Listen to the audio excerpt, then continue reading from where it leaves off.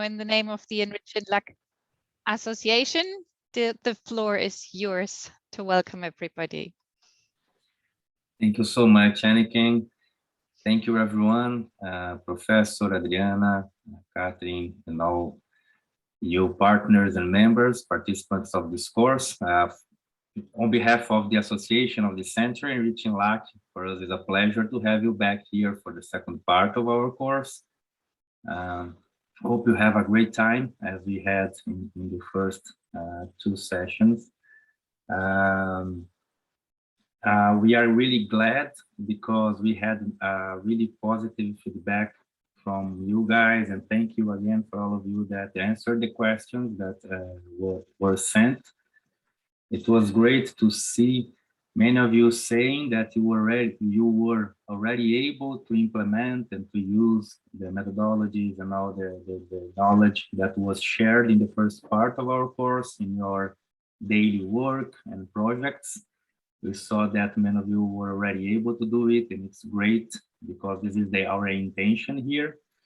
It was also great to hear that many of you already see opportunities to use what you already learned in the future and coming projects. We had some interesting feedback of some of you integrating the knowledge that we shared in existing methods and existing projects that are ongoing.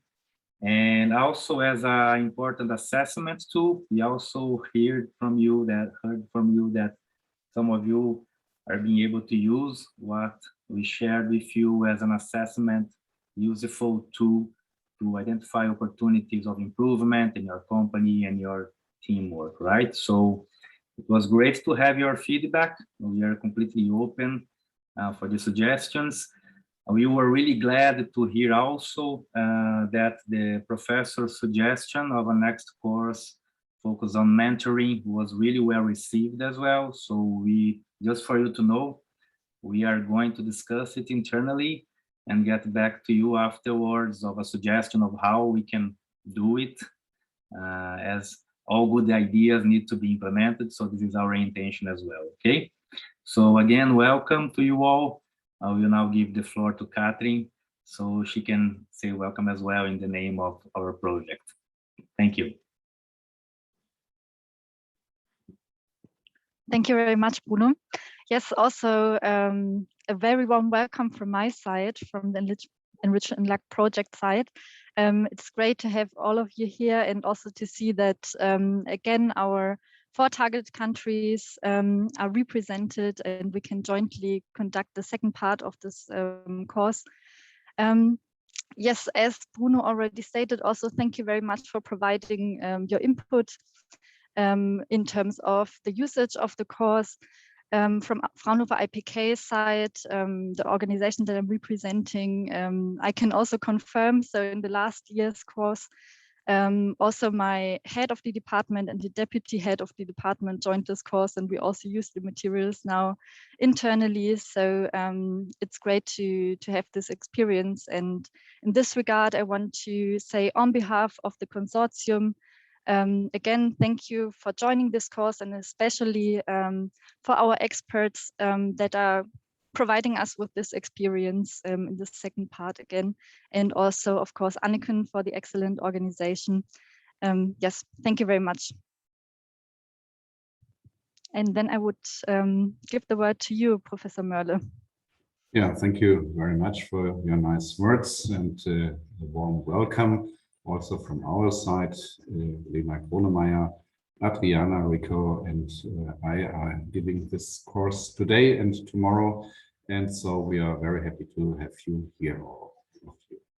Now we are coming from the first 3 half days of Enrich, having the introduction to the different methods of future research, having seen what different approaches there are. And we used 2 of these approaches, namely the Delphi method and the road mapping exercise, to deepen the knowledge in the first part of the Enrich in Luck course.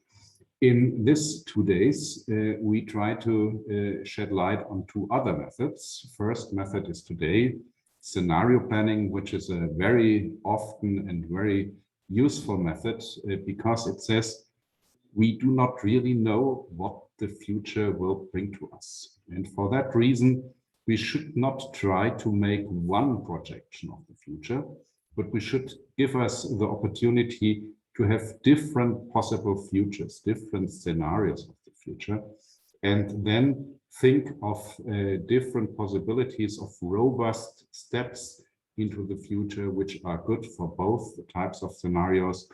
And so this method will be introduced today, mainly by Adriana, and Lena Gronemeyer and I will do a hands-on exercise in the middle of today's course. And tomorrow we will have the building blocks of these techniques, because we do need necessarily some input, for instance, from experts, but also from big data, which is available nowadays in a very broad way. And so tomorrow we will have a look into these different building blocks. We will see what is available, how to do these exercises, and we will have again some hands-on experiences prepared for you. Okay, this is the overview, and today's course is organized in 3 or 4 different parts. First, Adriana will give us an introduction to scenario planning. Then we will have a break, which is really important, and perhaps you should use this break not only to have a cup of coffee or so, but also to have a chat with each other, because I think that's a very interesting group of people which are out there in the Zoom room. And we already have some breakout rooms organized. So if you want to have a chat with somebody, you can just select a breakout room, go into that room and tell the other person in which room you are, so you can have a private chat, which is not recorded. And so after the break, we will have an exercise, hands-on scenario planning, in which you will do a thing which we call dominant drama. And I will explain that afterwards. And then Adriana will give us some of their experiences from their ministry on scenario studies to show how broad this technique really is used in the ministry, but also I know many companies which use scenario planning as a central instrument for their strategic management. Good. I think that was an overview, and I should pass back to Anneken Reise, or should I forward to Adriana? Please forward to Adriana directly. Oh, okay. Thank you. So thank you, and I pass over to Adriana and ask her to give us the presentation, the introduction to scenario planning. Okay, good morning, everybody. I'm so glad to be here to share our work or concepts about that foresight planning. I'm gonna share the presentation, and I prefer to turn off my camera because I don't know how is the internet here. So sorry, I'm gonna turn off my camera and put my presentation in my PowerPoint. Let me see. Sure.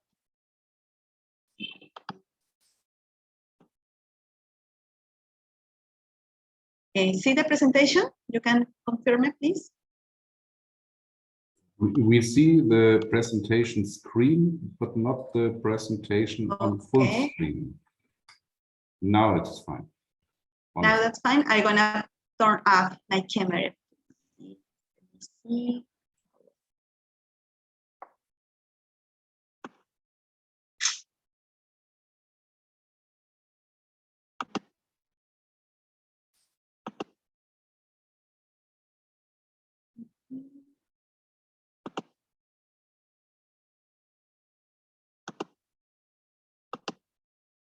Yeah, you can see the presentation? Yes. Yes. Okay, Yes, thank you so much. So today is the day 4. We are talking about scenario planning, is the basic concept. I can say that there are a lot of literature about that.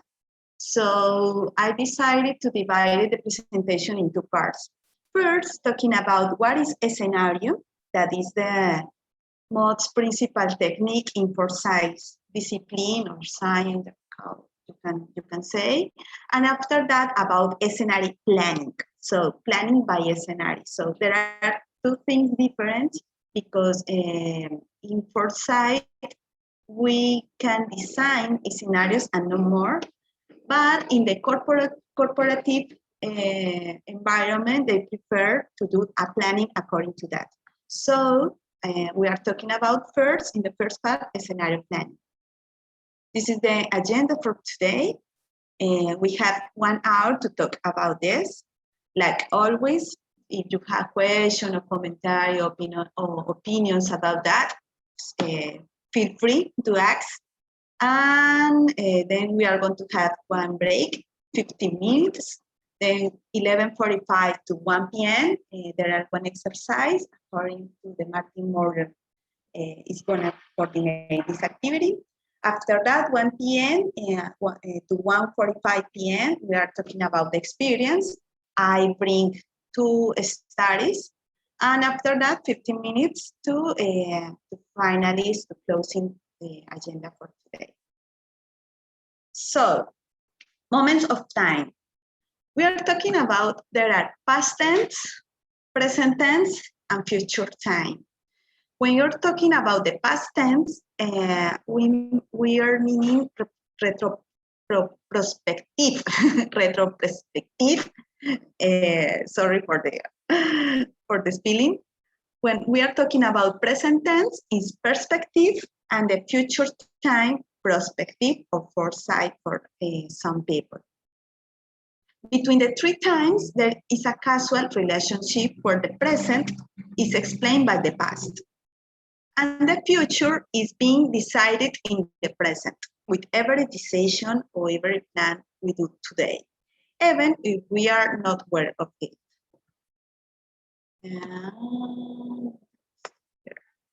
Today, we are the reflection of decision and the action taken in the past. The future is the time that we have not yet.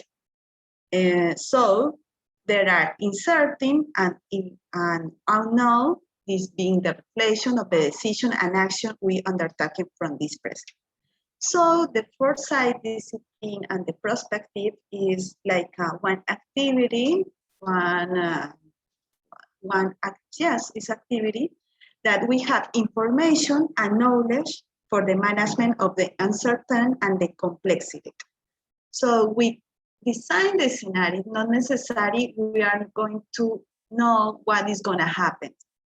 We're trying to design or to think, to analyze what is going to happen in different moments by different variables or different trends. There are different attitudes towards the future time. According to Bertrand de Jovenel, we can have 4 attitudes. One is suffer the change, so is the passivity. Another attitude is act urgently, is like a reactivity. Another attitude is to prepare for foreseeable change, is the proactivity. And finally, act to bring about the desired change, is the proactivity. So the better position is to be reactivity and proactivity decisions. There is not a single future. Okay, we don't know what's gonna happen in the future. So for that, it's not just one. There are different possibilities, different space of time, but a multiple of futures, therefore, is correct to express that there are a future in the plural. So we say future thinking. No future in a single is future in plural, futures with the S. The French philosopher in the 16th, in the 20th century, Bertrand de Jovenel, calls futuribles, in Espanol, futuribles, I don't know in French how it would be, possible futures.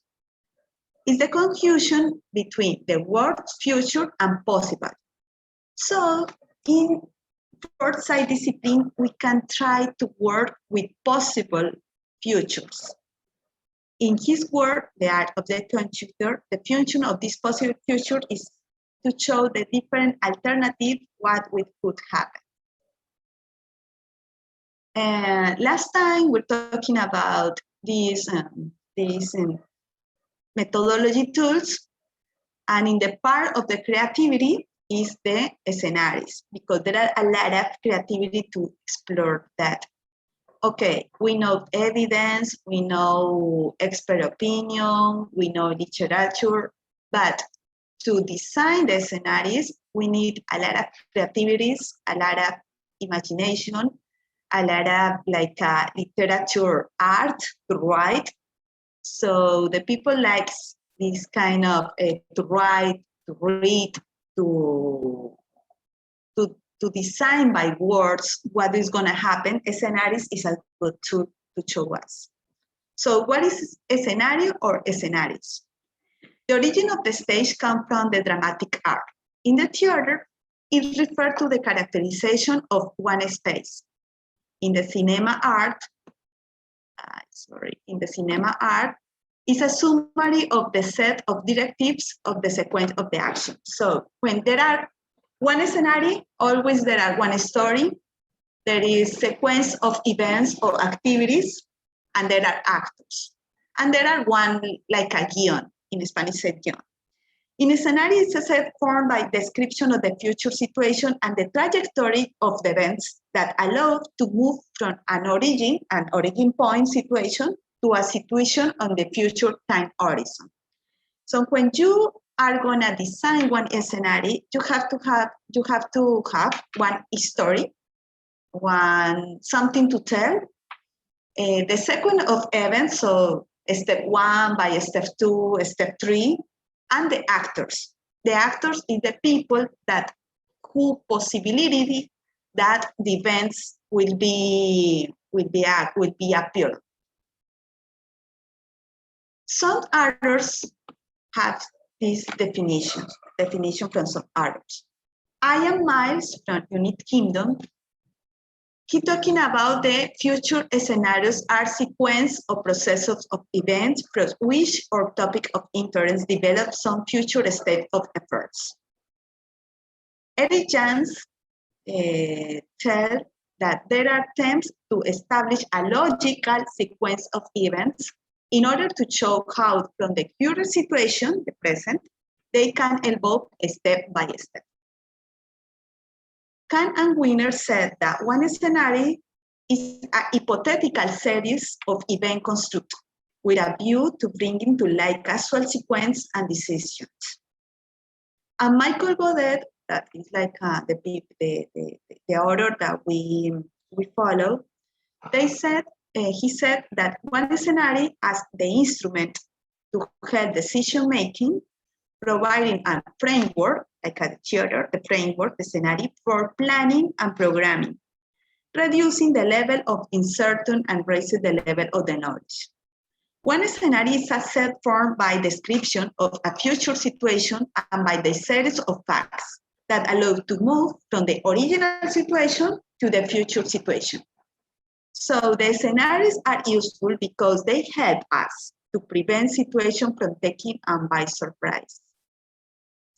Somebody has one question about that, one opinion. Is the first time that you heard about that or something? Want to to say something? Somebody are working by a scenarios technique here? Or is the first time that you heard about that, or the first time that you heard about this in the Foresight disciplinary?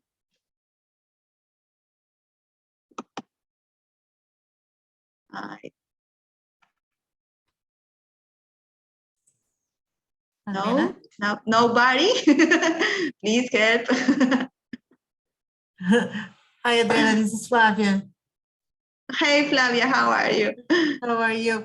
I was thinking when you were going through the definitions, like on our daily basis, we don't think about, it's so much practice that we don't think about the theory.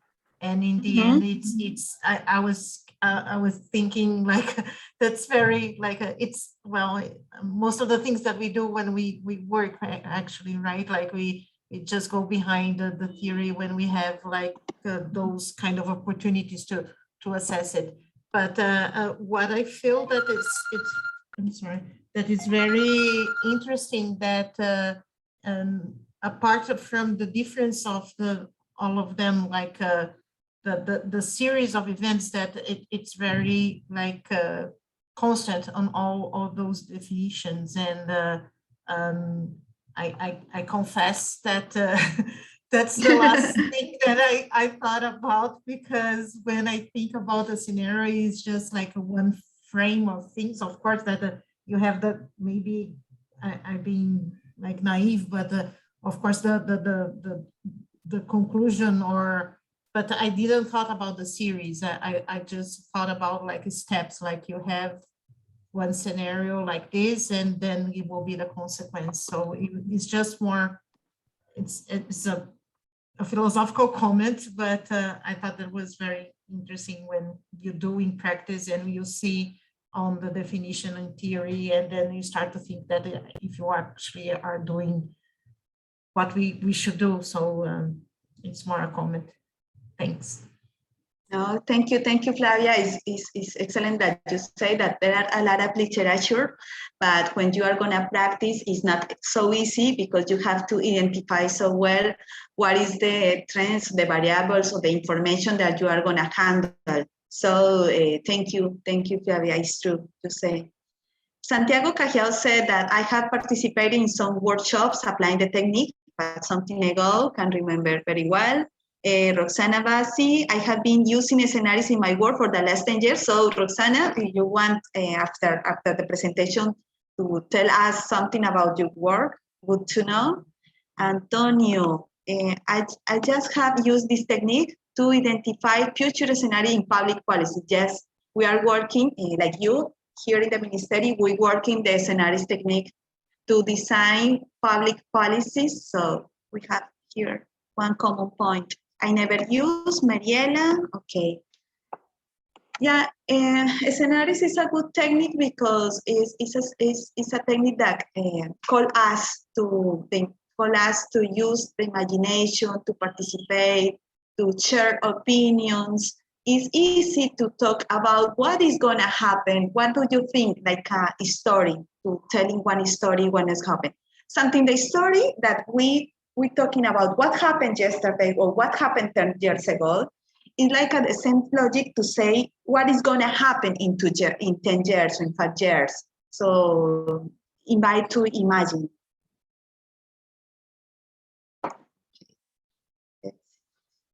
There are some conditions that we have to be present, think that a scenario is useful to planning. One condition is that the pertinence. So the scenario must be articulated to the theme of the activity that we're working on and not to another concept. So there will be pertinence, in Spanish, pertinencia. The scenario will be coherence. So the story must be articulated in a reasonable and logical manner. It will be verisimilitude. So the ideas contained in the story must belong to the work for the credibility, not utopias, not just dreams, not to unrealizable situations. Okay, somebody likes to work with scenarios that maybe it's not possible, just to despair ideas, to despair like a black swan, maybe. But to planning is better to work with possible ideas, with possible variables, with possible trends. Importance refers to the impact that a scenario could have.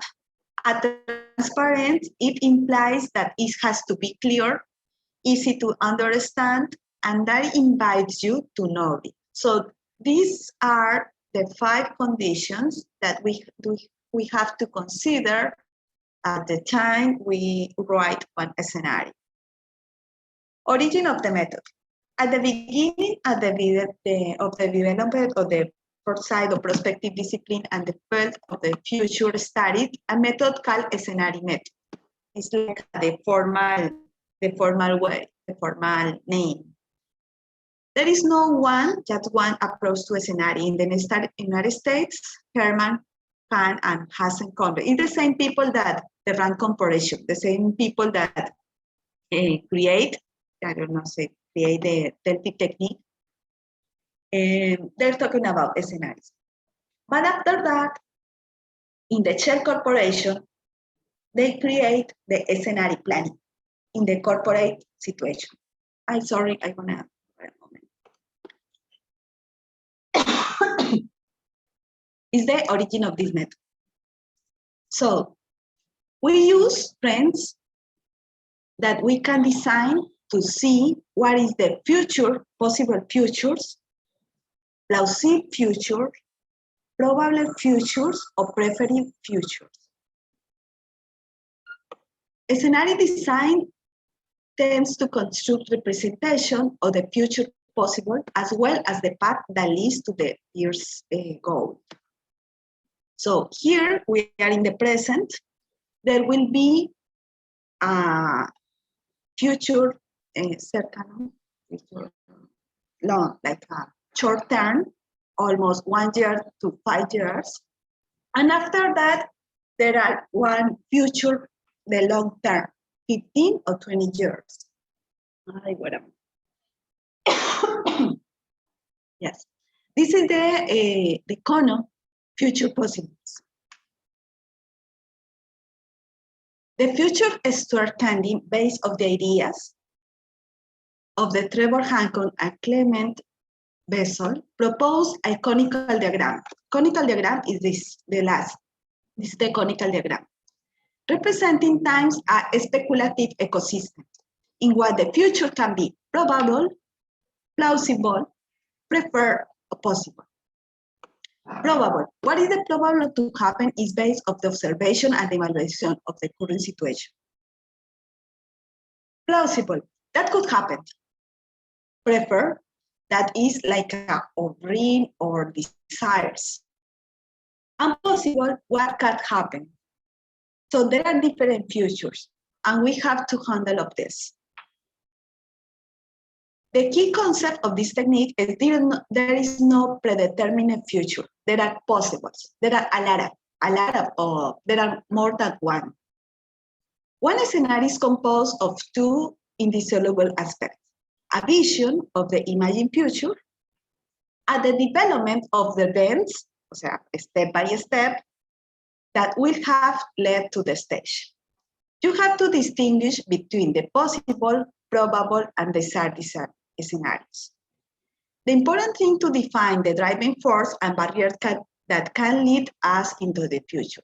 So, if we want working of this technique, we have to work or we have to identify the visible trends today and the imaginary ruptures. According to Godet, that is like the people or the order we read and we study, we have to construct the representation of possible futures, identify the grip trends and the germs of the sudden change. So the change in Spanish, the cambios, the change, the trends, tendencias, are the key concepts. Although there is no single approach, the scenario method further emphasizes the systematic analysis of the future possibles. The logic or the methodology that Godet recommends us is: first, identify the problem and the system. After that, identify the key variables. Then, analysis of the actor strategy, the people, the actors. Then, analysis morphological, there is one technique. Then to analysis the different possibilities that did happen and to write the stories. He said that it's so important the diagnosis of the organization. After the diagnosis, identify the key variables. Then identify the key actors. After that, to do the description of the evolution of the system and to identify the change or the possible change. And all of these are the elements to write the story to the future. In other words, first, to do the diagnosis. We know about that because we were in gestion, administration, all of this, and in Foresight discipline, the diagnosis or the baseline is the first important, to know what happened today, what is the present situation. After the diagnosis, we identify the key variables. What is the most important variables of this kind of information? Identify the actors, the elements, and the relationships today. Then identify the heavy trends or trends, which consist of extrapolating from the time series they have led to the present. And then the change factor, new variables or variables that take new values. My graphic will be like you see that. There are one present, there are one diagnostic of the present. We identify the variable, the actor, the relation, and then the driving force or the heavy trends according to the order you follow. And to imagine, according to the change factor or the trends, the possible change of the trends, scenario 1, scenario 2, scenario 3, scenario 4. We recommend to work with 3, maximum 5 scenarios because the scenarios is more than 5 scenarios is allowed.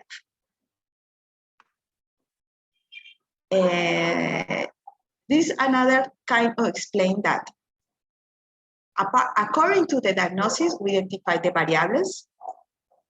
According to the Weinstein order, this Argentine order that we work with him, he said, we can convert the variables to questions, strategic questions. And this question can have different answers. Answer 1, answer 2, answer 3. So there are different questions, different answers. And the mix between different answers, you can design the different possibilities and every place of answer of these questions, there are scenarios. In this graphic, you can say what I mean. We convert the variables in a strategic question and in hypothesis with the team, with the consult. You do the question, after that, the answer of the question, and you play with the answers. This is the analysis morphological. So every question can have different answers, different possibilities in the future. And you can talk about the expert or the people you are working on. What is your opinion? What can happen? What is the future of this question? So answer 1, answer 2, answer 3. Entonces, this is the morphological analysis. In every question has different answers. And then you mix. And when you mix, you have the elements to write the different scenarios. It's clear that what is your opinion about that? Do you know this tool?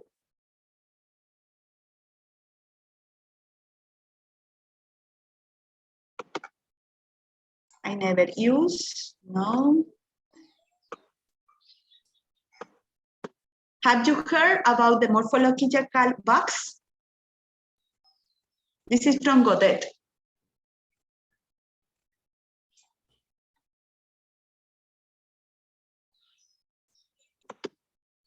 No? No, Adriana, it's quite new. It's new? Okay, Yeah. this is the technical part, the foresight, that maybe is the most difficult. It's like the method. Okay, like we don't know the future, what's gonna happen. We play with the people to imagine what can happen. Like there are a different decision, different opinions. So we put in like a one box, what is the difference state of the future possible? And after with this, we design. So maybe they said, no, there will be wars, or the situation will be horrible. And other people, they said, no, I think will be better. I hope the thing will be better too. And other people said, okay, no, everything will be the same like now. So we put in this box all the opinions. And after that, we have the elements to write different stories. Bad story, trend story like today, or a positive stories. So for that, we have to use the imagination to do that.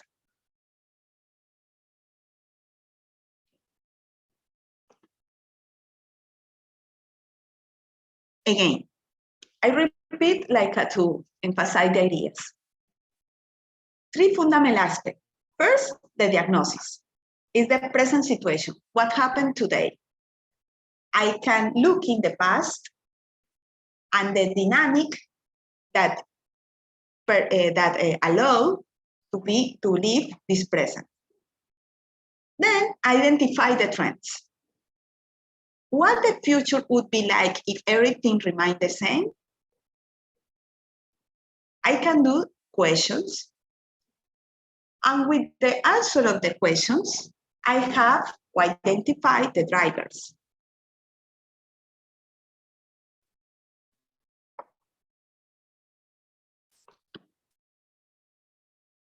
Another way to say the same thing is to define the problem focus in the time horizon, and then identify the driver of change or trends. And with all elements, we can do the construction of the scenario like a narrative, like stories. Okay?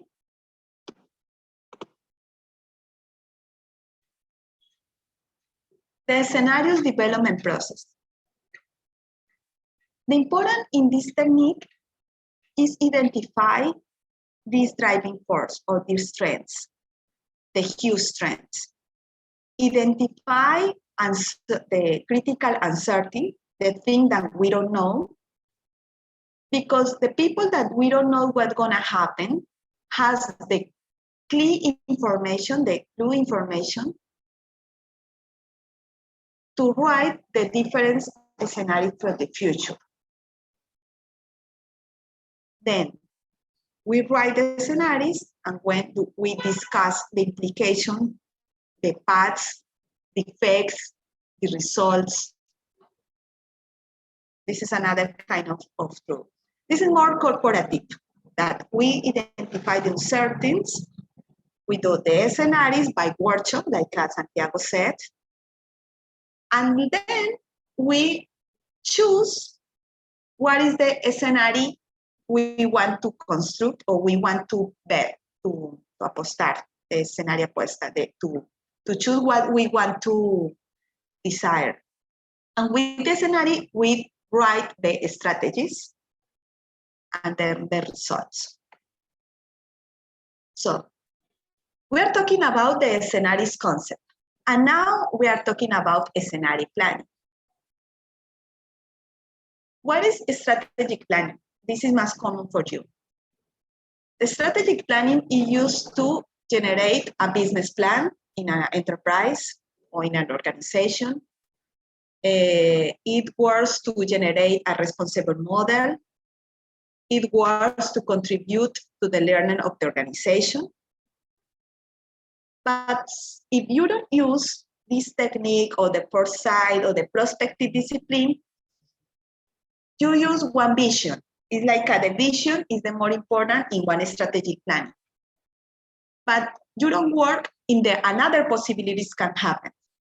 So the scenario planning helps to order the perceptions about the alternative futures in which one will have to make decisions.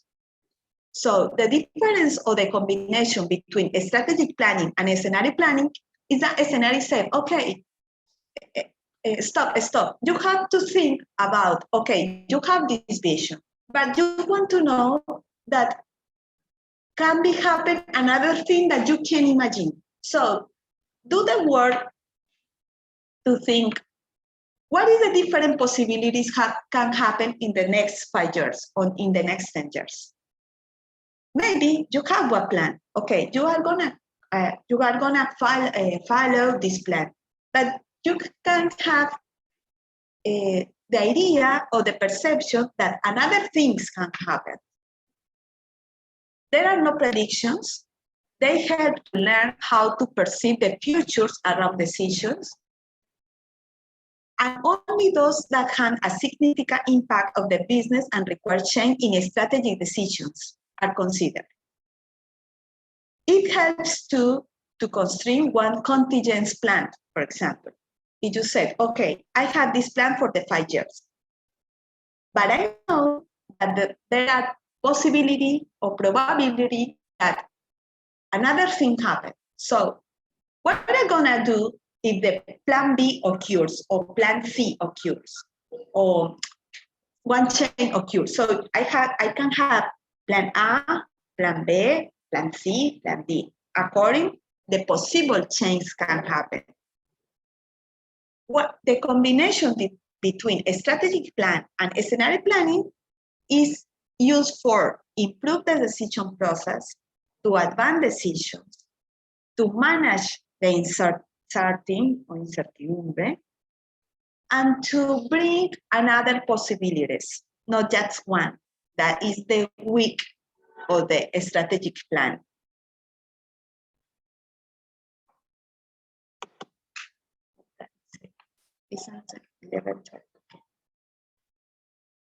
Stay flying. Understand the uncertainty that lure to polite guide decision making and not to rush to conclusion. Use of the resulting starting to imagine, analysis, and understand the alternative future in what an organization could develop. The purpose is to generate and evaluate strategic options under conditions of uncertainty. According to this order, first, we have to define the scope, like the last order, the time horizon 2. Here he said identify the stakeholders. It's like identify the actors, the people that are involved in the situation. Identify the key trends. Identify the critical uncertainties. And with this information, we can design outline basic scenarios. Then check the condition I talking before, the consistency, the plausibility, the transparency, the coherence. Then develop the learning scenarios, identify the research needs, and develop models, and then write the scenario. This is like for learning. So for that they said about research needs. In science technology, we can use that. Identify the research needs according to the change we can identify can happen. All this presentation will be for you, and in the last part there are the links. You can read about that. This is another form, another way to show us what I'm trying to say you in English, where they combine the scenario planning. We're talking about scenario planning. Because according to the scenario you choose, you put the objectives, the terms, all the things that are in a plan concept, in a plan process, normal process.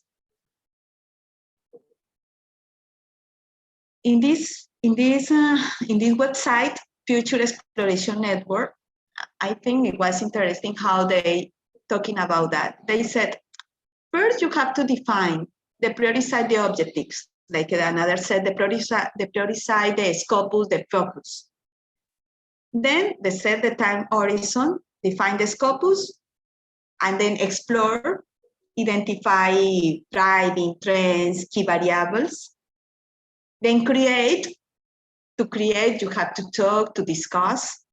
Then communicate. Then act. The difference between scenarios, a planning scenario that you have to act, to take decisions, to design planning, to design decisions according to this. And then embed. So like a one system to monitor one model or one platform to do the monitor or observe what is happening in one organization. This is one example that I find or I studied with security scenarios. It works said, did the CIA in United States about scenarios to 2040 for the security in the world. I bring here, or I show you here, the structure, the contents of one word like this. But according to this, the first part is the introduction, the summary, that. Then the structural forces. So what they consider is the structural, the trends, the drivers. Then the emerging dynamics, societal, the state, or international.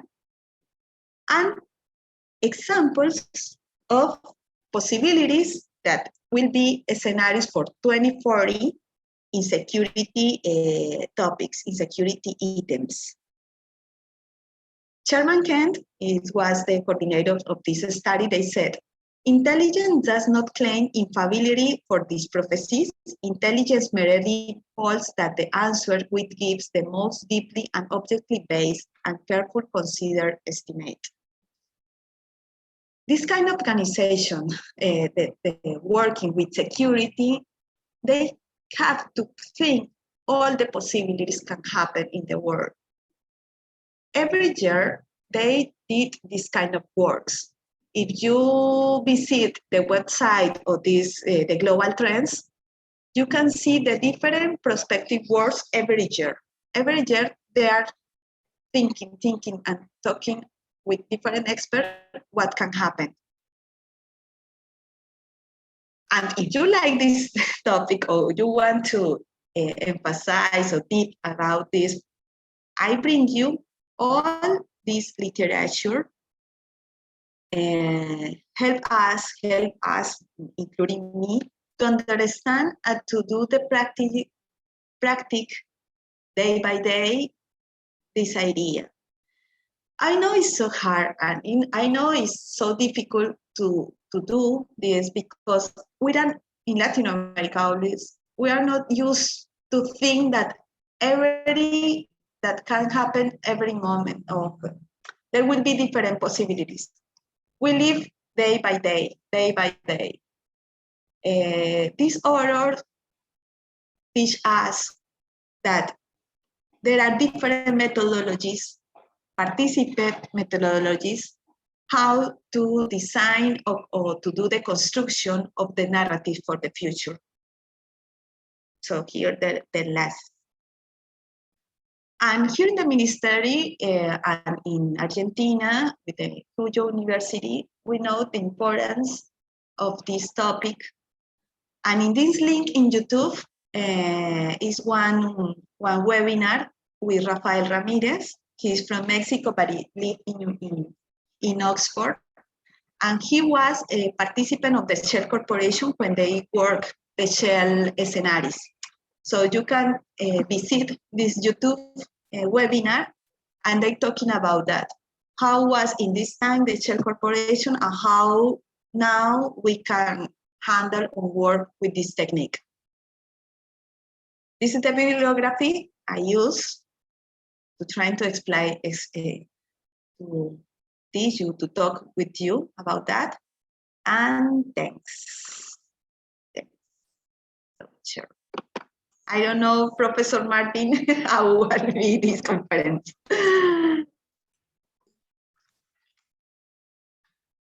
Yeah, thank you very much, Adriana. Perhaps we have now time to have some questions. One question is in the chat. I already see it, why they are not predictions. Perhaps it's from Mrs. Tanara. Perhaps you can tell us what you think predictions should be, or what is the core of your question? Yes, sometimes there are people that say that like magic, that we predict that things, and when we predict, we set just one option. And here we try to observe, to things that there are a lot of options. Mm-hmm. I think when we look back to our overview about the methods of future research, from the first day, we had predictions which are based on statistical means, for instance.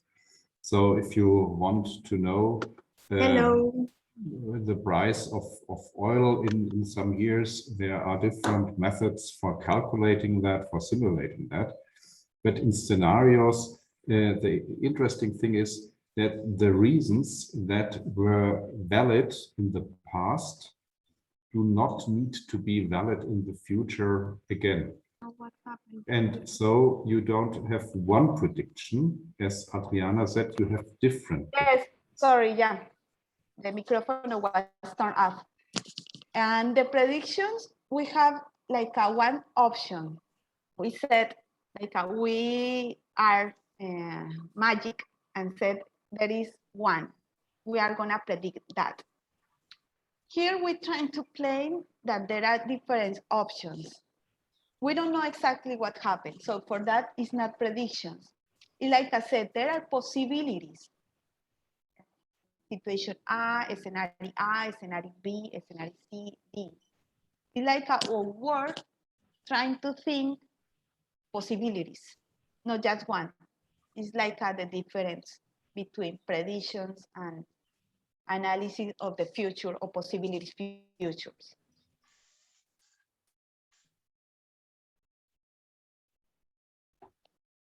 Thank you. Any more questions? Any ideas?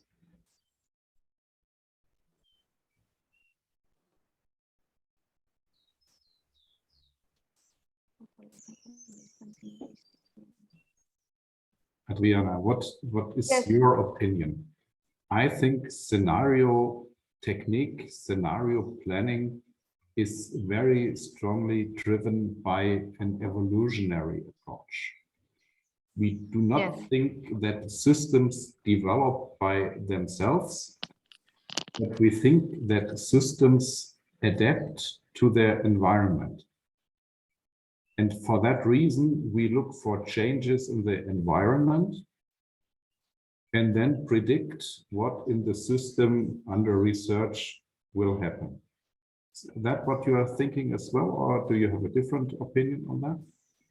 Yes, I think the most important here, different between the strategic plan, the common that the organization do, are this kind of technique or this technique that we think about the chains, chains, because we are not used to think the chain can possible.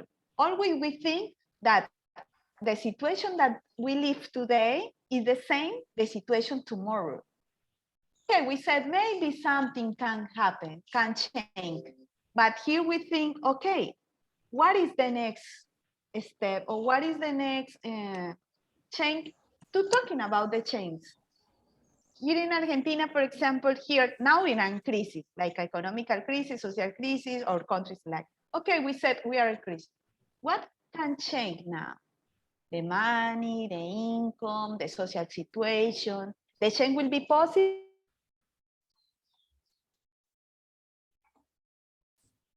Now she's frozen, isn't she?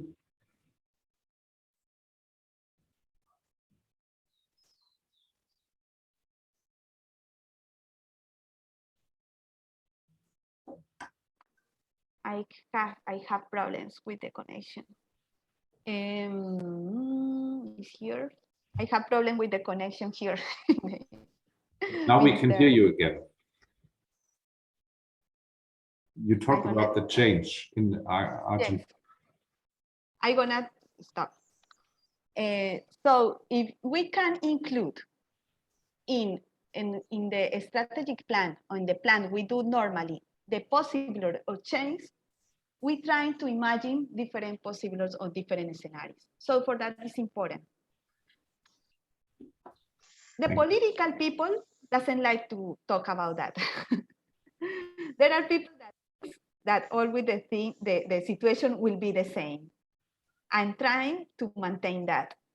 Maybe in academical environment, it's easier to think about that.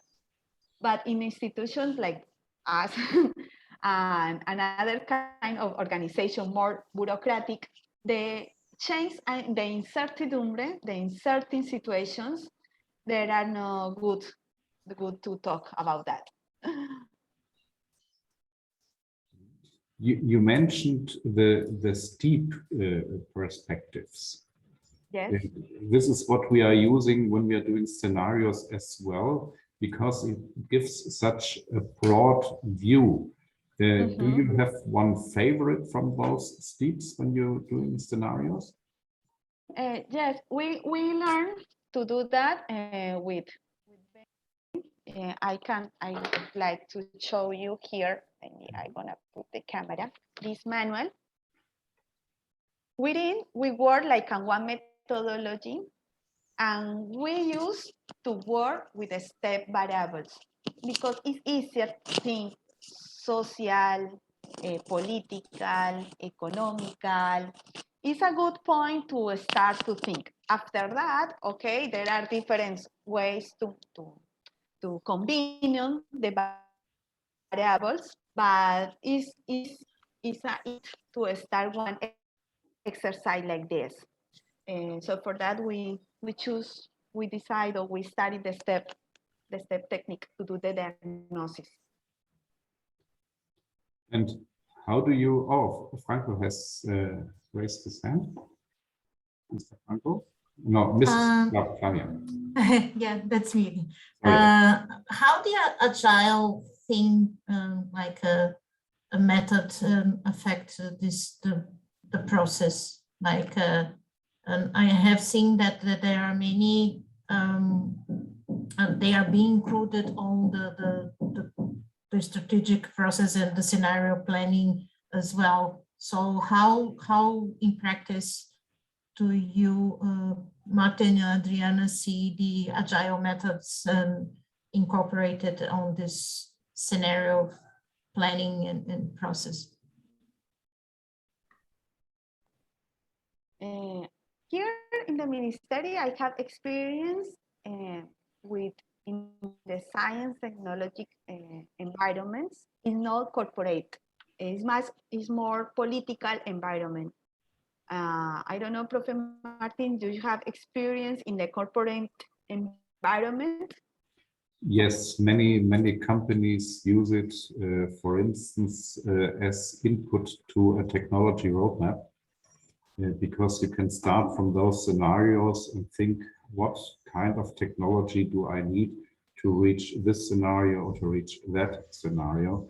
So it's used in at least in German companies, it's used very often in the strategic departments.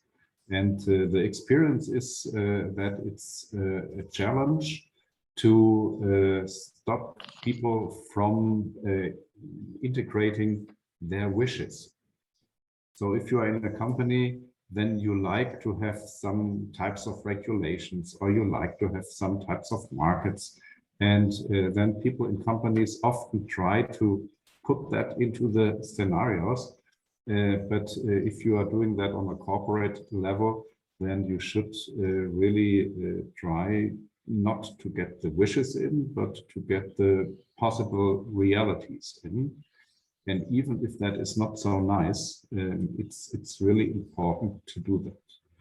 As you may know, in Germany, we have a large industry on automotive, on car manufacturers, and they have now to deal with the change from the combustion engine to the electrical engine and other things, autonomous driving. And so they prepared for that a lot with different scenarios of the future. Thank you. Thank you. You're welcome. Any more questions? Yes, Santiago. Hello, and thank you for the presentation.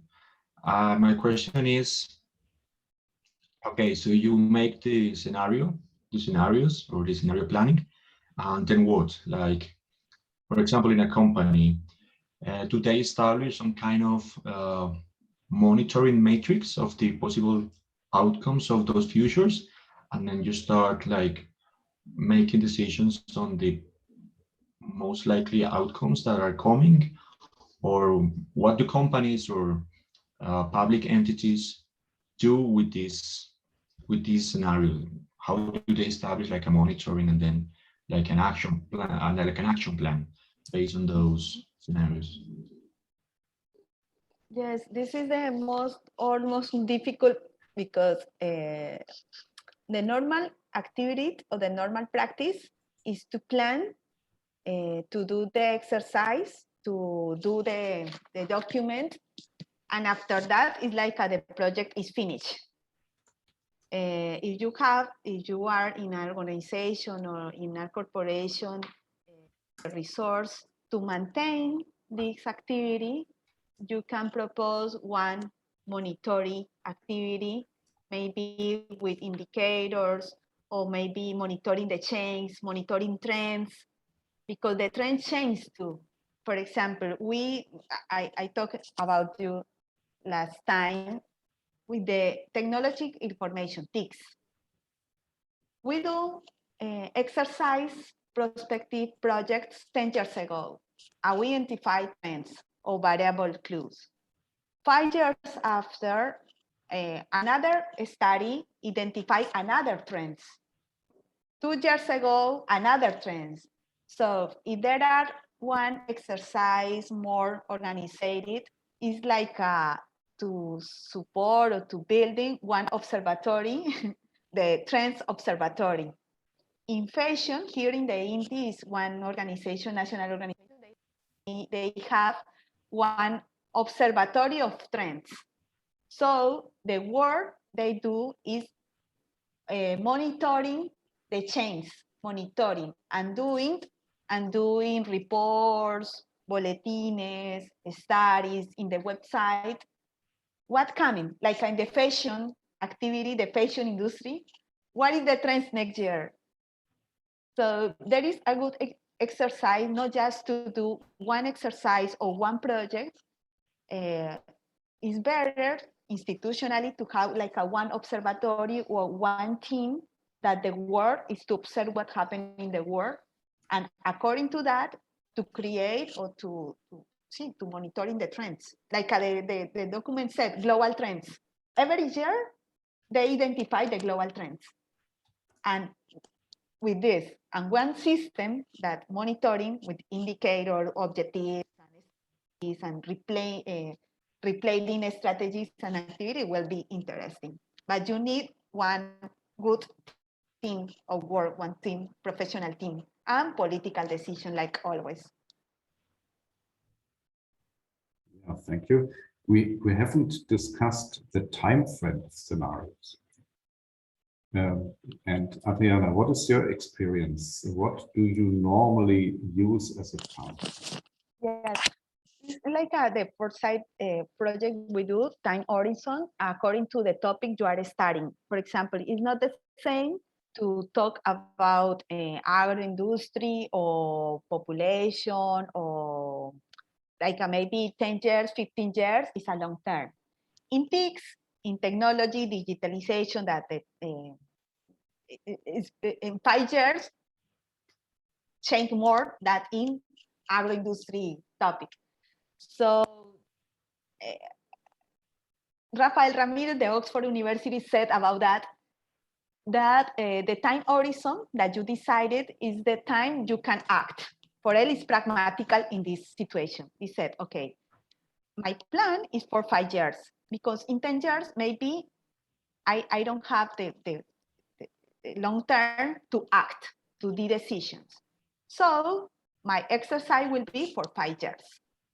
But for example, in petroleum industry, the inversions for 10 years, 15 years. So the scenario will be for 15 years because the inversions are a huge money. So in 15 years. So according to the size of the industry or the size of the chains, the dynamic we're living now with the COVID, a lot of change too. So maybe 10 years is time, because always we have a lot of uncertainties.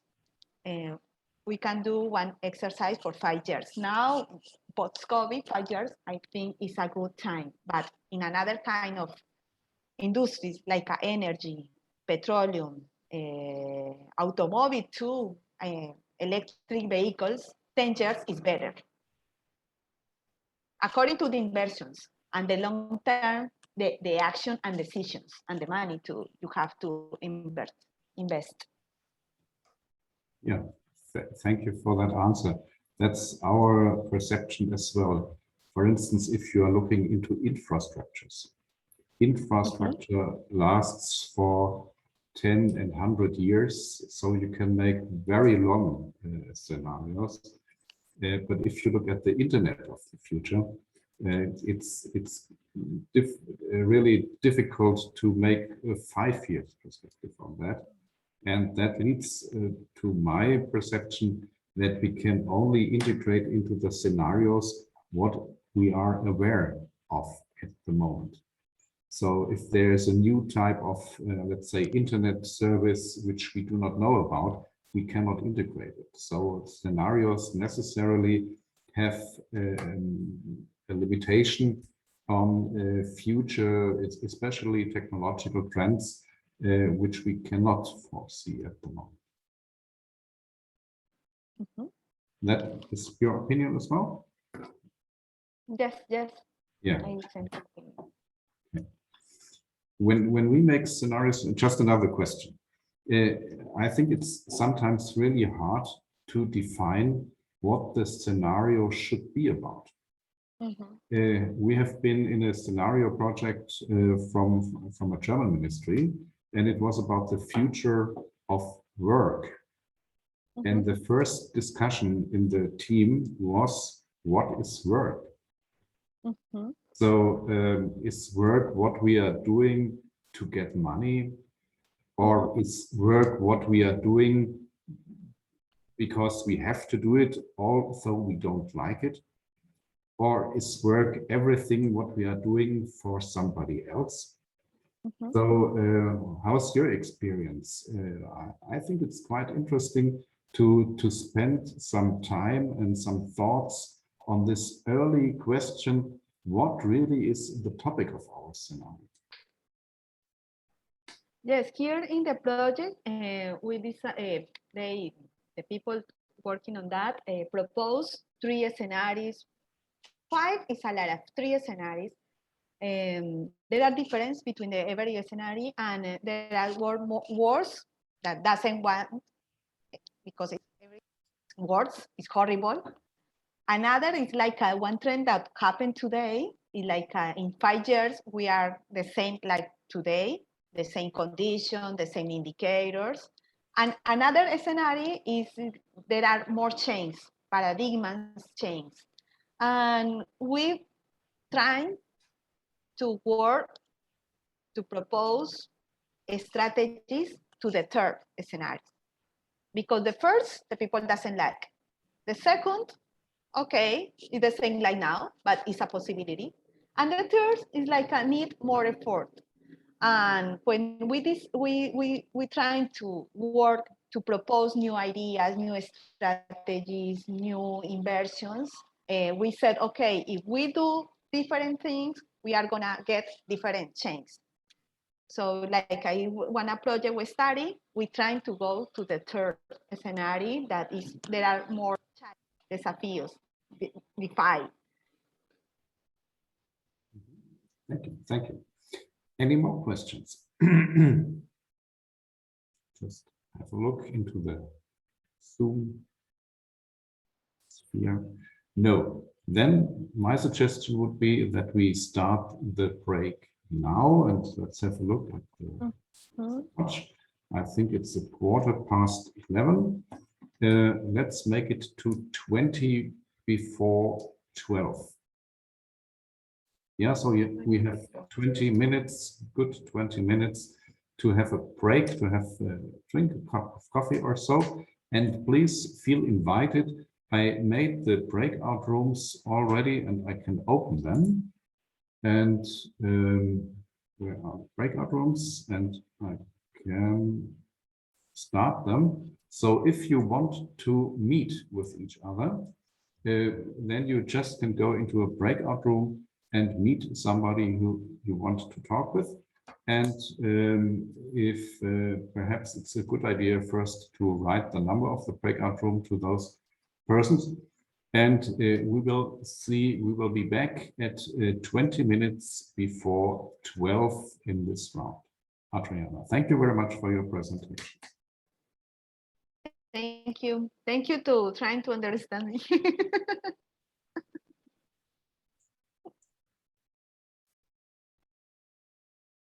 Really love, because it shows what scenarios are about. And this is the future funnel which you presented already. And in my perception, it's quite interesting to see that the future opens. The more you go into the future, the more it opens. And we do not really know which future will be the right one or which future will come.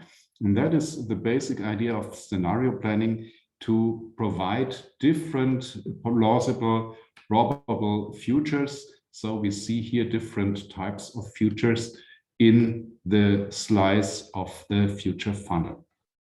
And some colleagues, they say, okay, perhaps it's a good idea to have a best case and a worst case scenario. And to be honest, I do not share this notion. I do not think that's a good idea, because we do not really know what is good and what is bad in the future. So we should perhaps focus on different scenarios, different pictures of the future. And I call them green and blue scenarios. That means that in each scenario, different projections are combined. And we do not really know if we like them or not, because sometimes it doesn't play a role if we like them or not. We have to consider them. So this is just the first slide I wanted to come back and to show you before we go into the hands-on part. The second slide is about the process of scenario technique, which has also already been introduced by Adriana. And I want just to give you the overview in which part of the process the hands-on part will take place. So let's look at those steps back. And the first step has been done. Define a problem focus and a time horizon that you want to achieve. And we already talked about the challenge here, to define the problem in a good way, in an appropriate way, so that you can really get something that is valuable from your scenarios. And when I remember the questions that have been asked. One was, how do corporates use scenario technique? They normally focus on specific topics. For instance, if you want to go into a specific market, such as the Chinese market, then you make scenarios for the Chinese markets and not for the whole world.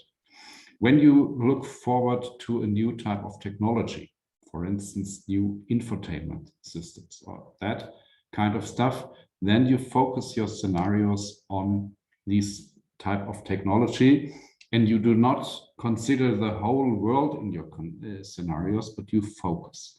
And that's what is in this first step. Good advice is really take time and discuss what your scenario really should be about. Then comes the second step, identify the drivers of change. And this is supported, as we have seen, by the STEEP method. STEEP means that you have different environments, the society environment, the S, the technology environment, the economy environment, the ecology environment, and the political environment. And all those environments, they influence our field of research. And so we go through these fields and we ask what specific factors, what key drivers are in these fields that influence our field of research. And so, for instance, if we look back at the market in China, then it's perhaps the political environment that has a large influence. And if we look at the infotainment technology, maybe it's the technological environment that has a major influence, or the market environment. So depending on the topic you are dealing with, different environments provide different factors, key factors for your scenarios. And now we have not only the factors, but we have also, here is the nice word, projections, so that we can say, okay, if we look, for instance, in a country in 20 years, then one projection of a factor is that we have a currency in a specific range, and the other projection for the same factor is that the currency is in a different range. So for instance, if you look into the relationship between euros and dollars, it's more or less 1-to-1 today. Then we could say, okay, let's have a look in 20 years time. And the first projection could be that the euro is worth only 10 cents of a dollar. And in that projection, we would have to argue why this could happen. That's the scientific part of scenarios, that you have to argue why such a projection could take place. And so, for instance, we could say one projection is the euro is worth 10 cents. And a second projection, which is opposite, could say that the euro is worth $10. So quite a wide range of different projections. And let me just come back to the slide before. So the one projection would end up here, and the other projection would perhaps end up here.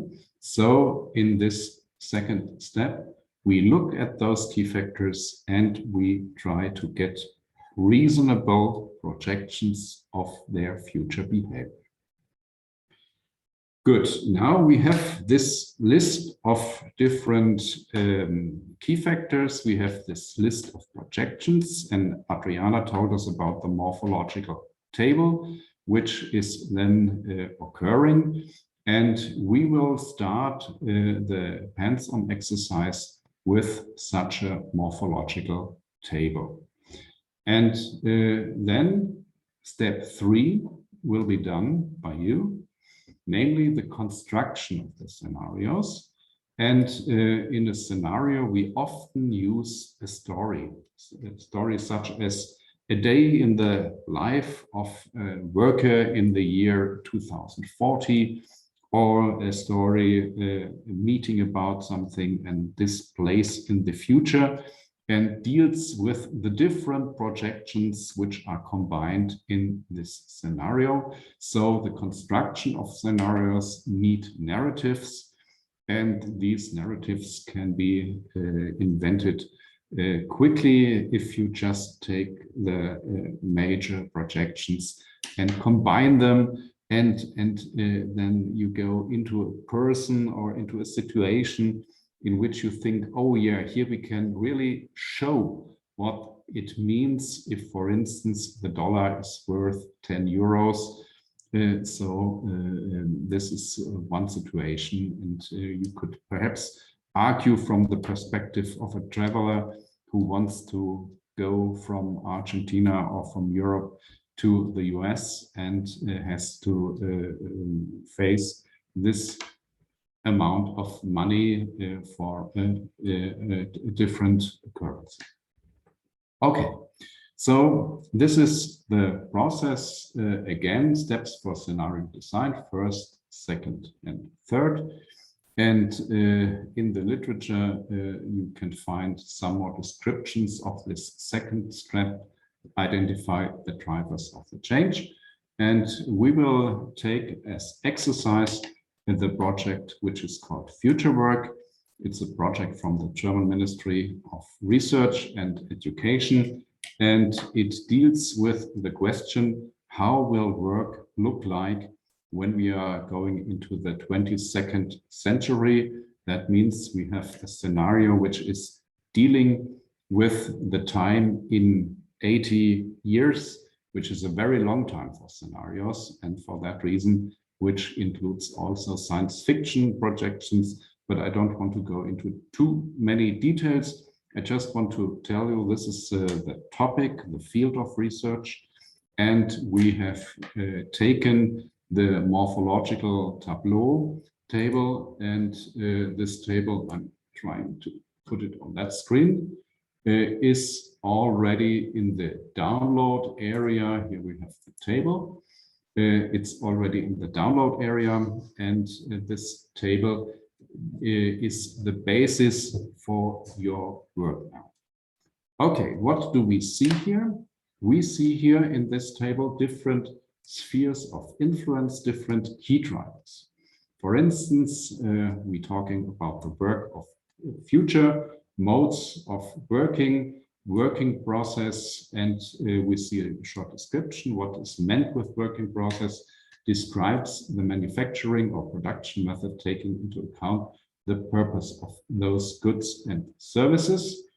And then we have for each of those key drivers, descriptors we call them, different projections. For instance, here we have the projection number 1, and it says partly automated production within a market-based system. So nobody has to work in production anymore in the year 2100. And the alternative projection is craftsmanship or human knowledge-based production for the purpose of securing the needs of the people. And that means a subsistence economy. So we have different projections, and we have selected only a few of those descriptors. I think we have selected 10 descriptors, and there are much more, but we just made part of that morphological table. And this is the basis for that, what we are going to do in the hands-on exercise. So now that we have seen this table, let me just explain the workflow you will get. You already have the possibility to download it. 3 different templates. First is a PDF with the instructions for our hands-on course. Second is the Excel file, which I already showed you, the Excel file with descriptors, with key factors, and the projections. And the third is a template, a PowerPoint template, and I will explain what you should going to do with that template in a minute. So if you haven't downloaded it yet, please do so now.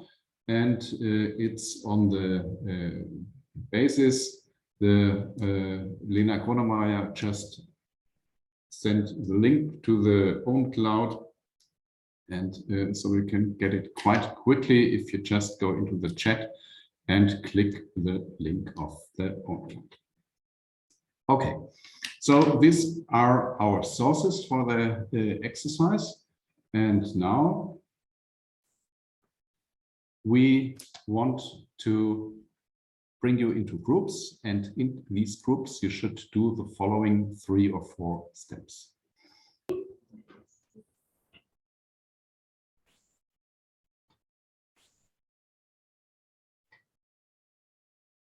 It's okay?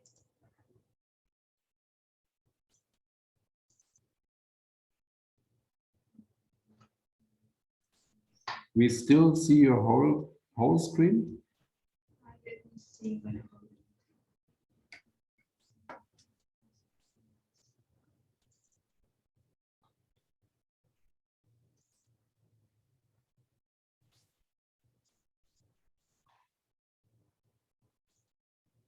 Yeah?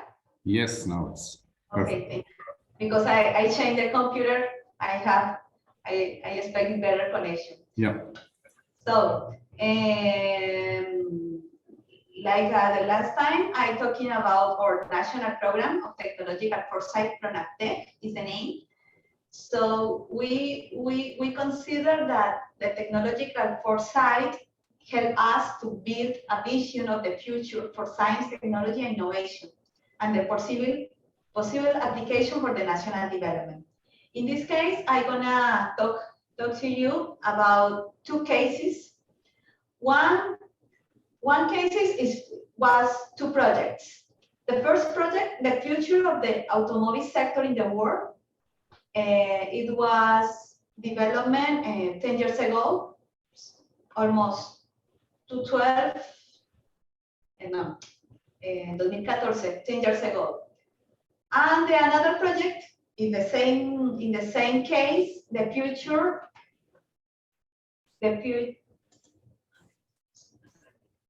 of the automobile sector in Argentina and Mercosur. So the case is the same because first we analyze about the future of all the world. We design scenarios, and after that, the future of the automobile sector in Argentina and in Mercosur, and design scenarios too.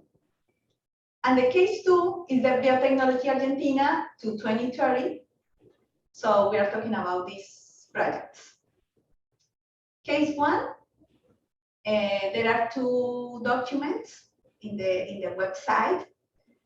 The people do this work where ABSF is an enterprise, consulting enterprise here in Argentina, and ATAC is a business enterprise group. The purpose were to the world study, analyze the perspective, again, the expected dynamics of the sector, taking into account the influence of different factors.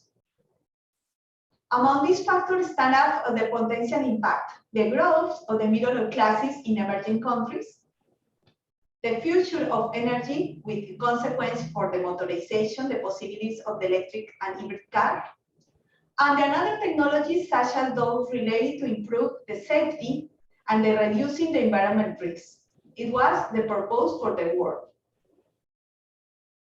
And the proposal from Mercosur and Argentina was analysis the possibilities of technological development that could strengthen the sector in Argentina and the challenge that it posed for the configuration of the boat terminal industry and auto parts in Mercosur. So in the first project, we analyze the world, or we discuss the world, we imagine. And the second project, this situation in Mercosur, Argentina. About the methodology, from the work was diagnosis, then strategic questions, prospective analysis with actor, variables, and trends, phenomena. Then one exercise of prospective or foresight, then building the scenarios and hierarchize scenarios. I mean, what is first, what is second, or what is third in probability in the world. In the Mercosur Argentina was a methodology like the same characteristics. First, diagnosis. The analysis of one project in Brazil, the people from Brazil, it was in this time called Innovar Auto. Its program promotes the design of the auto parts and terminal parts in Brazil. So the automobile industry in Argentina decided to go to the inversions to Brazil.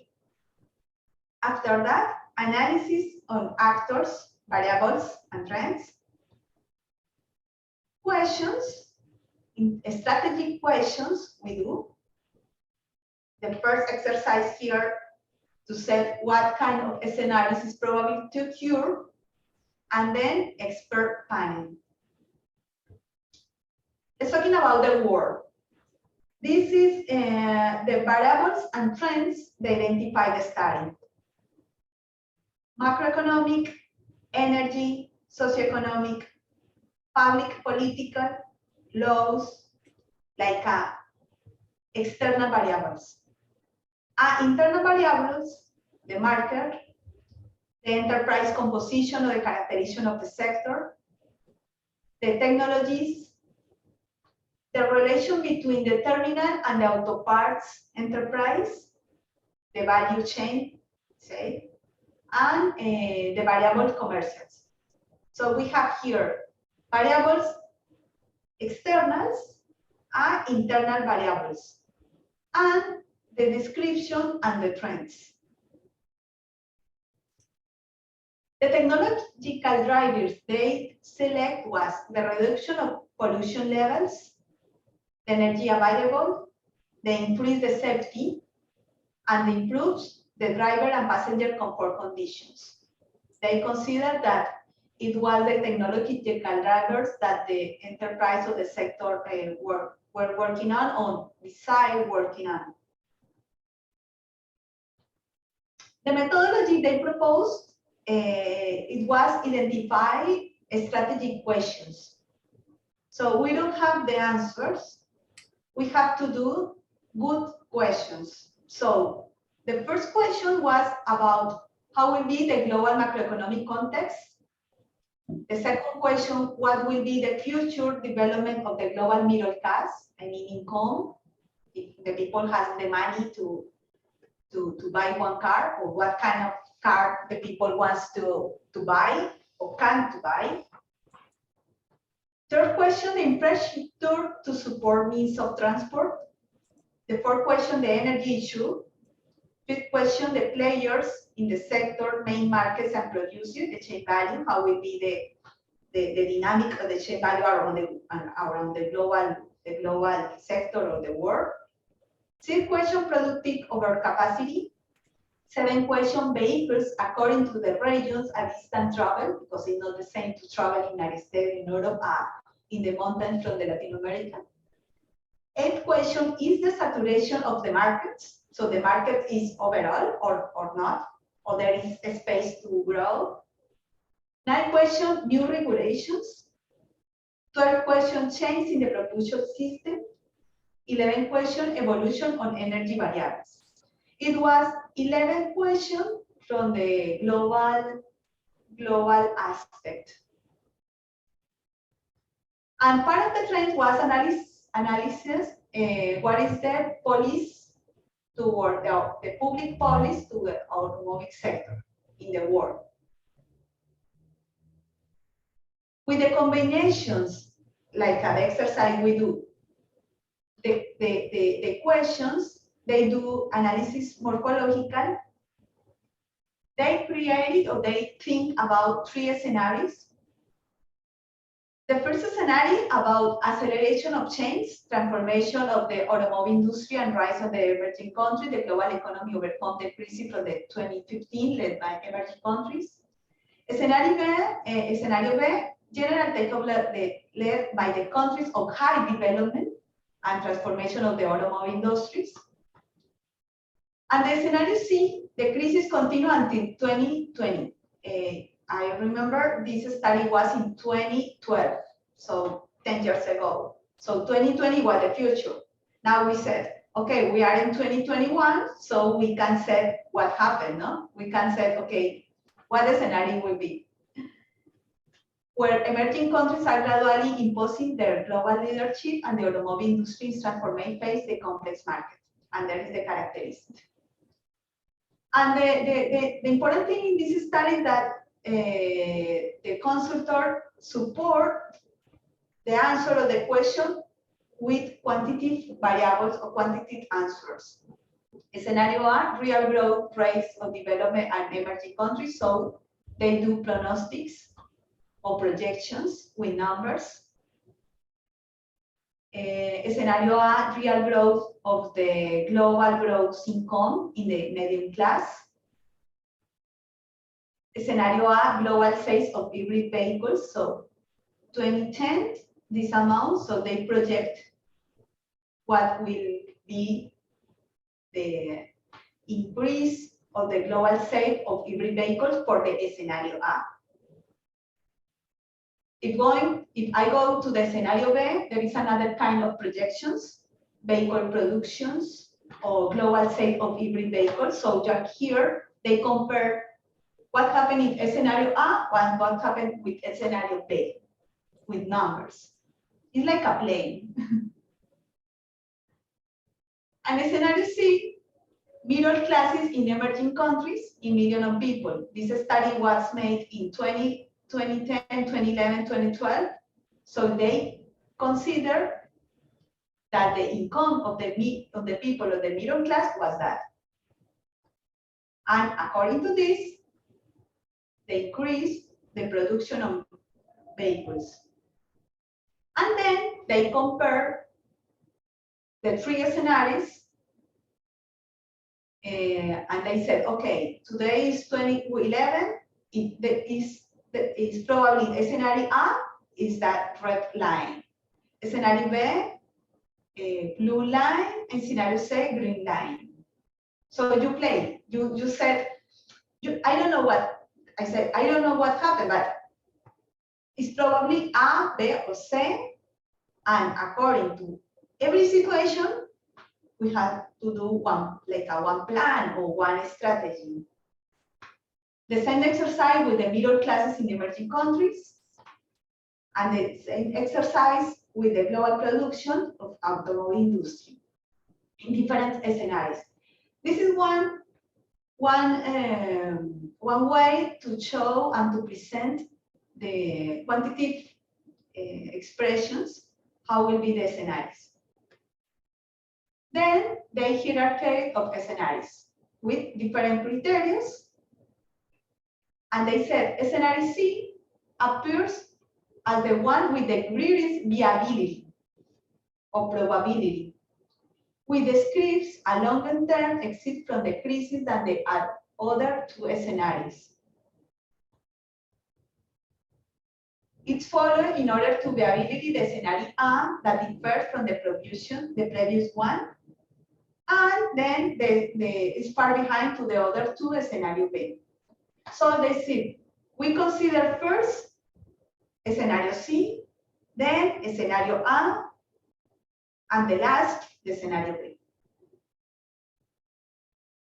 And according to these projections, the consulted group said this is the challenge from Argentina. Manufacturers will have to make great effort to carry out a replacement of their campus to adopt new technologies. The study, analysis, and development of the raw materials used by the current and future automobile industries. Is necessary development human resource to face the challenge in the world. development of policies aimed to improve the management of the organization of the small enterprise, and implement and support the care of the environment in the production process in the industry. Okay, this is the word. Now, Argentina and Mercosur, they do the same exercise. Variables, macroeconomic, socioeconomic variables, commercial, market, energy, infrastructure, and transport, with the global perspective and the region perspective. Then, variables of the production system, market, productive, strategies, laws, regulations, and new technologies. From Argentina and Mercosur. And say the same exercise. Okay, let's do it a strategic question. First question, the middle class, but in Argentina. Second question, extra-zone and intra-zone trade between the countries. I mean, Brazil, Argentina, and bueno, Chile, Paraguay, intro Mercosur, and extra. Third question, the future of Mercosur is a good question. The energy issue, economic growth Argentina, Brazil economic growth, global financial development and its impact on Mercosur, future commodity price, infrastructure, the relation between China, Brazil, and this triangle, fiscal evolution of Argentina, fiscal evolution from Brazil. And they do the same exercise we do now. The strategic questions. And every question has different hypotheses or different possibilities. Hypothesis 1, hypothesis 2, hypothesis 3, from every questions. And specific from Argentina, market sizing, profile of vehicles market in the region, degree of penetration of hybrid and electric vehicles. I imagine it was 10 years ago. Now the situation is different, so we can project in 10 years, 2030. Production and capacity, regional design capacity and technology, Argentina-Brazil automobile agreement, public policies in Argentina, Brazil, regulation and new technologies in the region. So there are 20 questions, global of the sector, and specifically for this productive sector. And the same exercise. Different answers in every hypothesis. And then they mixture and create a scenario A, a scenario B, a scenario C. A scenario A, the economic and political social context of Mercosur is made by a certain inserted. A scenario B is so clear different with respect of the previous scenario since it supposes the end of the unipolarity central United States. So about that, the triangle between China, Brazil, Argentina would be diluted in part by asymmetric relation between China, Brazil, and China, Argentina. And the scenario says that third general scenario is characterized by trend price stability for the most remainder of the current decade. The triangle between China, Brazil, Argentina would lose some dynamism and intra-zona trade would continue to advance and gain relative weight in relation to regional total export.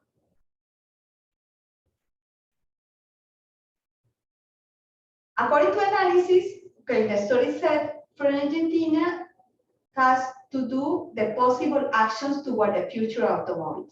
Redefine the automobile industry profile, need to propose a relation scheme with Brazil, search for a strategic consensus among the main actors in the automobile value chains. In the medium term, an alternative would be to define a general automobile program, 2015-2020. Now we are talking about that. That contemplates the Argentina condition of the scale resource, deadlines and needs, and to determine the horizon of the industry toward the future. And in the long term, the tools and mechanisms necessary for the evaluation of the results of the general auto program, I mean that, to be defined and proposed or continue toward the future should be made by proposing new objectives. Last week, there were one law, to the promotion of the sustainability mobility. So 10 years after this study, Argentina has one law that promotes the sustainability mobility. It's one project that's looking for to do a transformation to the automobile industry and to lead the change to the use of the renewable energies. I don't know, it's not mean that from this study we have this law. It's not a direct relation, but the people that work in this study, the FAC and the Chamber of Commerce of the Auto Parts, was an actor so important in the promotion of this sustainability law. I mean, the Foresight studies maybe has not the answer what is going to happen, but when you study one sector, you learn and you reflect, you do the reflection about the future, and you can promote change of the minds of the organizations that identify what are the strategy and actions you have to promote to do a structural change. So for that, I bring this example. It was case 1. Case 2, Argentina biotechnology to the year 2030, a strategy key to a technology productive development. It was one study made by Ubatec, that is a consortium enterprise and university, and the Argentina Chamber of Biotechnology. The field of analysis were food industry and environment, human and animal health, animal crop agriculture, and animal production, genetic improvement, reproduction, and feeding. It was made in 2016 to the 2030, so 15 years ahead. What was the methodology? What was the proposal? Identify and analyze the technology and productive development of biotechnology and its implication in the strategic areas of the country to the 2030. They do one diagnosis, analysis of the current situation, one studies of technological and innovative capacities, one prospective exercise to identify trends around the world, and after that, one technology and competitive intelligence system. The products, there were a lot of documents with that. Diagnosis of property, intellectual property, because they identify the intellectual property in this case, in this area, the biotechnology are a strong variable. Value chain analysis, prospective analysis, and the system of technological surveillance. And the end of this study was one investigation and development innovation agenda, or document, or lines of work to promote the investigation, the development, and the innovation lines. The methodological was diagnosis, prospective analysis, surveillance and competitive intelligence system, analysis of priority value chains, one agenda from research, development, innovation.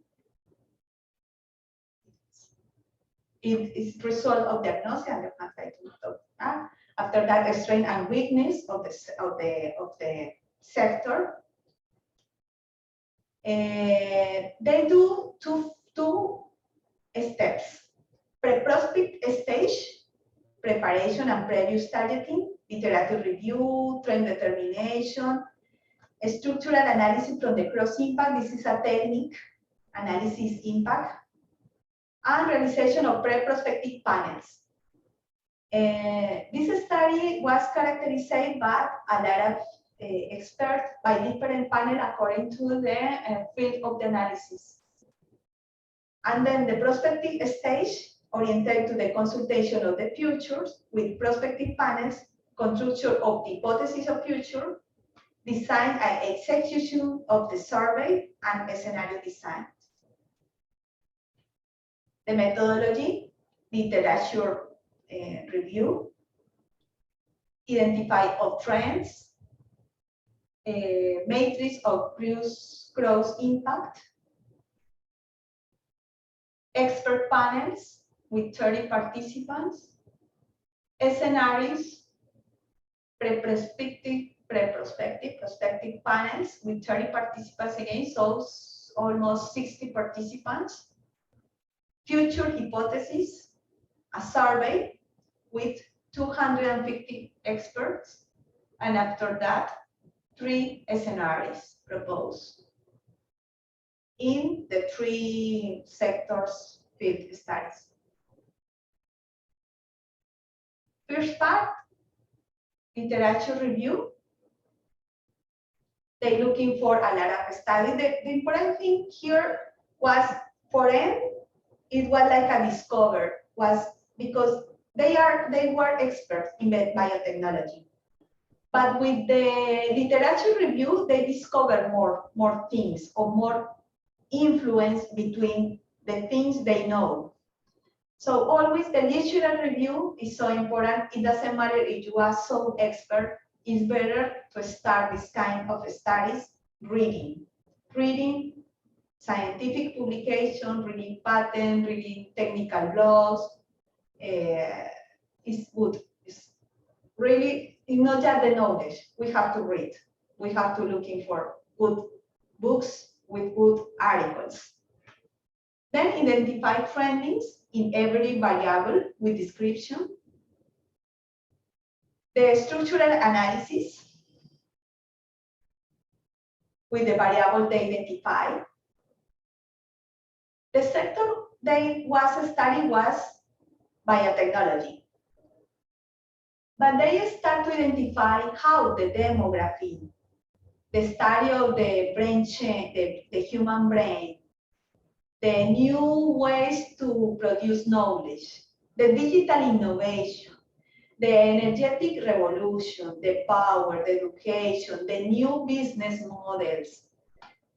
And another variable that maybe when you think in biotechnology is not so important, but when you open the mind and start to identify the confluence between variables that at first you don't think that there is influence or not, is so interesting. For them, the most important variable was the digital innovation. And the question was, how the digital innovation can influence the biotechnology studies? Or how the new business model can influence the biotechnology practice? So you start to combine different knowledge and different variables to influence. This is the influence matrix.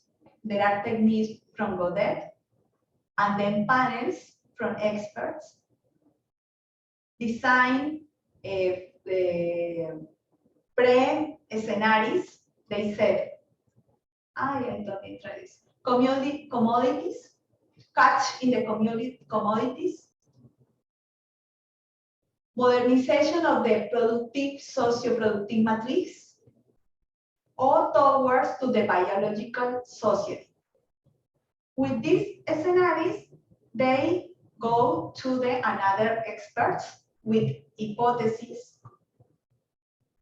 They apply one survey like a Delphi with 250 people asking about the trends and the scenarios they build. And they include topics that at first they don't think so important. But in the survey, they consider that they wanted to ask about bioinformatics and bioindustry, biosalud, bioagro, bioalimentos. Bioinformatics and bioindustry, how influence the biotechnology from Argentina. So with the exercise appear these 5 and 6 blocks. And now in Argentina, these topics are so important because they are the emerging topics from the agenda, not the traditional topics they were working. It was for them, so like a one surprise, like a one discover. They said, no, we have to change like the matrix here to produce the biotechnology, to include the new technologies, the transversal. Then the survey, the finally scenarios, the analysis and reflection about the scenarios in the world and how the overpopulation, the record or the national records, the climate change, the advance in the science convergence for child opportunity for new equilibriums, the constant and changing scenarios. The world was changed. So if the world changed and there are new technologies like a physics, nano in the cosmological, virtual, augmented, artificial intelligence, robotics, drone sensor, automobile vehicles, big data, how all these digital technologies, it will be impact in the biotechnology sector. It was like the most important reflection they did with the project. Scenario 1, trust in commodities. Scenario 2, socio-productive modernization by important technology convergence. And scenario 3, towards a biological society. Trust in commodities is the most here in Latin America that we have commodities and we produce, but there is no add value. Scenario 2 is there is add value, but it's like a normal or traditional trends. And toward biological society implies change of the view or the panoramic how to produce biotechnology, including big data, nanotechnology, bioinformatics, 3D and 4D printing, biological intelligence. So a lot of discipline, new discipline, emerging discipline for this time. Now, 10 years, 10, 8 years after, we said they're right.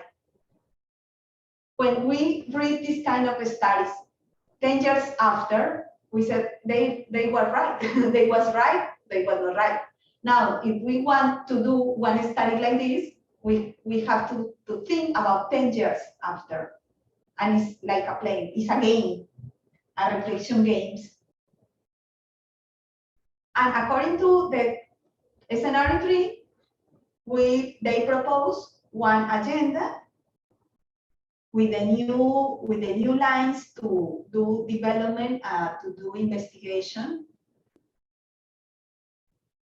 And this is the final document with the content, where the property intellectual was a good variable, good element to discuss.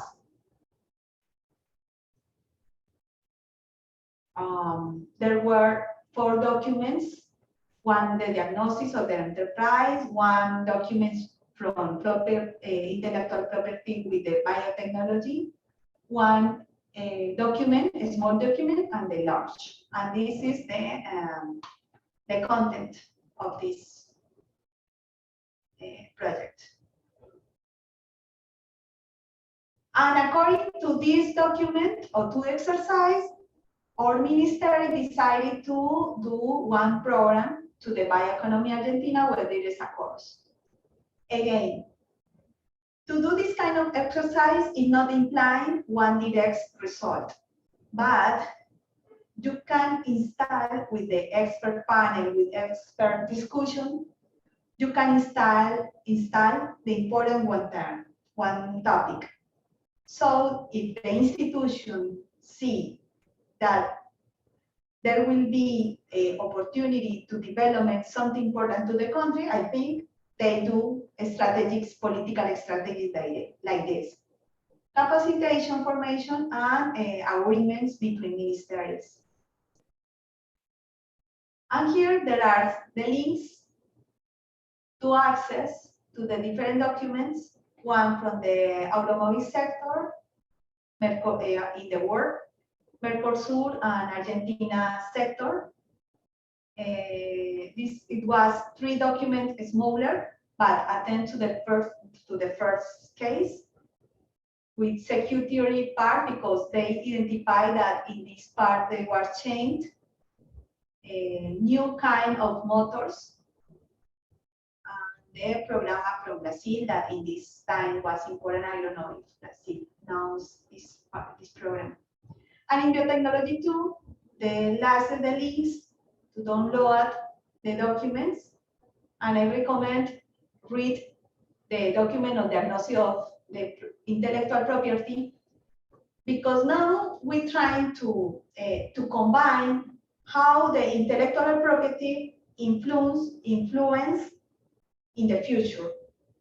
We're trying to discover new paths, and we can't negate the importance of the intellectual property in the future of the technology and the science from us. It was the two experience I'm bringing for you.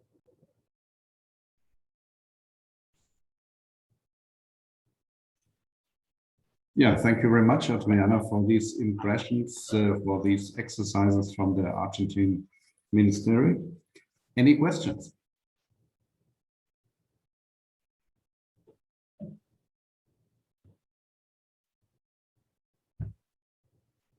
Perhaps I may start with one question, and I have some more, but the first is, how long did it take to make these scenarios?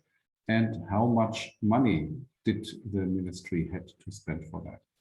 Yeah, almost 1 year each. 1 year, according to the access to the expert, you can delay the time, because in the automobile sector, the important thing was you have the enterprise near, so it was relatively easy to consult and to access to the enterprise people, and they knowledge the sector. In the biotechnology study, it was more complicated because they have to consult different areas: energy, food, health, digital technology. So it was more time, so more resource. You know, the same one productive sector may be more concentrated in the automobile industry than biotechnology or nanotechnology. There are technologies transverse and different applications. And about the money, oh my God, yes, $50,000, $50,000. The biotechnology, I think almost, I hope don't mistake the amount, $200,000, almost between, but it depends of how is the staff, how big is the staff, how big is the negotiation of the people are doing the studies. It's not the same if you want to visit the field, visit the regions. It's not the same as to do one exercise by office, just to reading or just to consulting by Zoom. In our case, 50,000, 60,000, and the biotechnology, $200,000 in 8 years ago. Now we don't have this money to do that. Now we live in another times. Yeah, but thank you for the amount that you mentioned, because I think then we can make a picture for us how expensive a scenario study can be. Yeah. But I'd like to add to that, because if you look at corporate scenario studies, they are normally not that expensive. Yeah. A German researcher on that field, Horst Geschka, he said you can make a scenario in a week, and you can make the same scenario study in a year. And the difference is the validation of your data. The difference is the amount of experts which take place, and you in your exercises, you mentioned that very clearly. And the difference is the amount of confidence which you want to create and which you want to have. But in the end, if you want to have it quick and dirty, you can do it in a week. And if you want to have it really, really deeply validated, then you need much more money and much more time and much more participants to do that. Yeah, it's true. It's true. Yeah, thank you. Any more questions, please?